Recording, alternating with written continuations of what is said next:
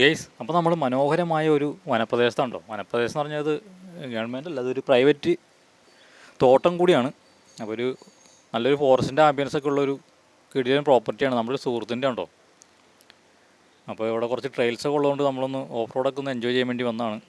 അപ്പോൾ ഇത് കുറച്ച് അഡ്വഞ്ചറൊക്കെ ഇഷ്ടപ്പെടുന്ന ആൾക്കാർക്ക് പറ്റിയൊരു സ്പോട്ടാണ് കേട്ടോ. നമുക്ക് ജീപ്പിലോ അല്ലെങ്കിൽ ട്രക്ക് ചെയ്തോ ബൈക്കിലോ ട്രെയിൽസൊക്കെ ഓടിച്ചിട്ട് നമുക്ക് മുകളിലെത്താം.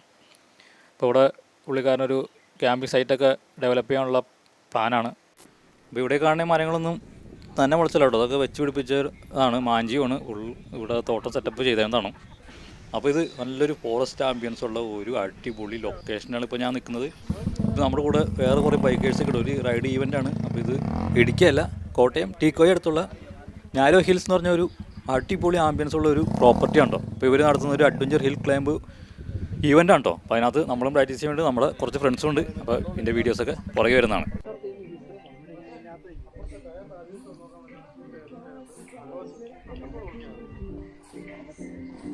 എന്നാ വെട്ടിയിട്ടുണ്ടോ? ശരിക്കും ഒന്ന് കാണുന്നുണ്ട്. അപ്പുറത്തെ അല്ല ഇവിടെ അടിച്ചിട്ടുണ്ട്.